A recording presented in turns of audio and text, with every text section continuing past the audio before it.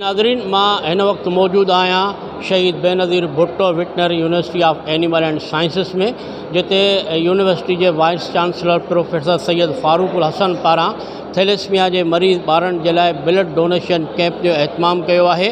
हिन यूनिवर्सिटी में सदाई जो है सो माना तक़रीबन माना हर साल थैलेसीमिया के ॿारनि जे लाइ ब्लड डोनेशन कैंप क़ाइमु कई वेंदी है। अॼु हीअ 3 सालियानी ब्लड डोनेशन कैंप है।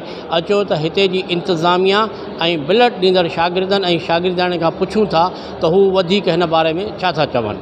अबू तला लगारी, सना Ghulam Shah लगारी, university सबूआज़ department IT असांखे यूनिवर्सिटी जी इंतज़ामिया असांखे मैसेज ॾिनो त थैलेसीमिया जे ॿारनि जा रत ॾियो। असां थैलेसीमिया जे ॿारनि लाइ हिते रत ॾियण लाइ आया आहियूं। असां रत ॾियूं पिया पंहिंजी थैलेसीमिया जे ॿारनि लाइ। चवान वलद अली हसन चवान, डिपार्टमेंट IT सबूआज़ यूनिवर्सिटी में पढ़ंदो आहियां। इंतज़ामिया जे तरफ़ां जेको इहे थियल हुयो प्रोग्राम, उन में इहो ॾिनो आहे असां थैलेसीमिया जे ॿारनि खे रत, त जीअं उन्हनि जी ज़िंदगी बची सघे।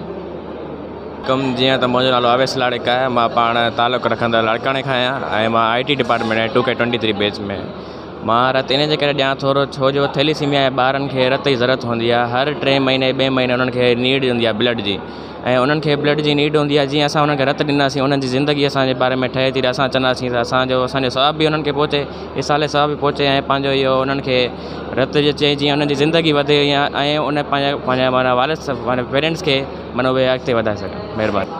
बिस्मिल्लाहिर्रहमानिर्रहीम। अस्सलाम वालेकुम एवरीवन। जीअं त मुंहिंजो नालो ज़ाहिद अली ख़ासकेली ऐं डिपार्टमेंट BS IT 2K2020 ऐं जेको यूनिवर्सिटी आहे असांजी सबूआज़ सकरन, ऐं जेको रत असां ॾी रहिया आहियूं, जेकी नीड आहे थैलेसीमिया जा जेके मरीज़ आहिनि, पेशेंट आहिनि, उन्हनि खे नीड हूंदी आहे, उन्हनि खे ॾियूं था।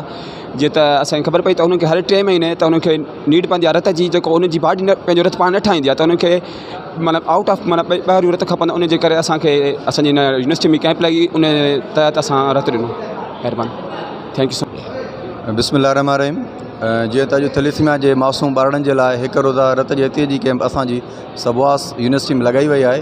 हीअ असांजी कैंप हर साल हिते लॻंदी आहे, ऐं हिन कैंप में ख़ुसूसी ताउन असांजो वाइस चांसलर साईं फारूक हसन साहब जेके हितां जा VC आहिनि, उन्हनि ताउन सां कैंप लॻी आहे। ऐं अल्हम्दुलिल्लाह ताईं हिन वक़्त ताईं तक़रीबन असां वटि 30 खां 40 स्टूडेंट आया आहिनि, जिन पंहिंजे ब्लड जी स्क्रीनिंग कराई।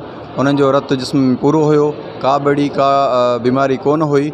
उन्हनि थैलेसीमिया जे ॿारनि जे लाइ रत जो अतियो ॾिनो आहे। हिन वक़्त ताईं थैलेसीमिया सेंटर नवाबशाह में 2500 खां मथे ॿार रजिस्टर्ड थी चुका आहिनि। उन्हनि मां हर रोज़ु असां वटि 150 पौणा 200 ॿार अचनि था।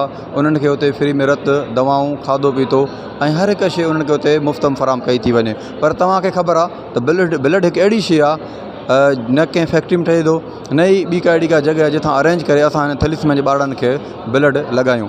पोइ इन्हनि मासूम बचड़नि जे लाइ मुख़्तलिफ़ यूनिवर्सिटीज़ में, कॉलेजिस में, पुलिस ट्रेनिंग सेंटरनि में, जेलनि में, ॻोठनि में, शहरनि में ब्लड डोनेशन कैंपूं लॻंदियूं आहिनि।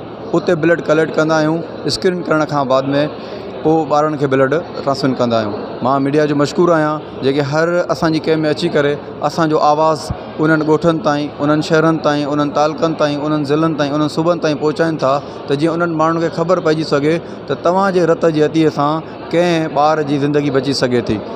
ब्लड ॾियणु पंहिंजी जान जो सदको आहे, पर हिकिड़ी तव्हां ॻाल्हि सोचो त तव्हांजे रत जी अतीअ सां, तव्हांजे रत जी थैली सां जेकॾहिं कंहिं माउ जी झोली ख़ाली थियण खां बची पवे, सोचो कहिड़ो वॾो सवाबु आहे। मां मीडिया जो मशकूर आहियां, जेके हर कंहिं असांजी ईंदा आहिनि ऐं अची करे हिननि थैलेसीमिया जे ॿारनि मासूम बचड़नि जे हिन ब्लड डोनेशन कैंप में असांजो साथ ॾींदा आहिनि। वॾी महिरबानी।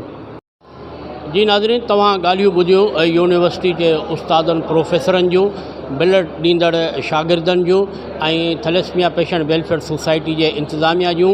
त हुननि सॼो तफ़सील ॿुधायो त यूनिवर्सिटी जा शागिर्द कीअं जेको आहे सो हर साल माना थैलेसीमिया जे ॿारनि जे लाइ मदद तौरु इंसानियत ख़ातिर हुनखे रत जो अतियो कंदो आहिनि। क़ाज़ी जावेद सनाई, इबरत न्यूज़ सकरन।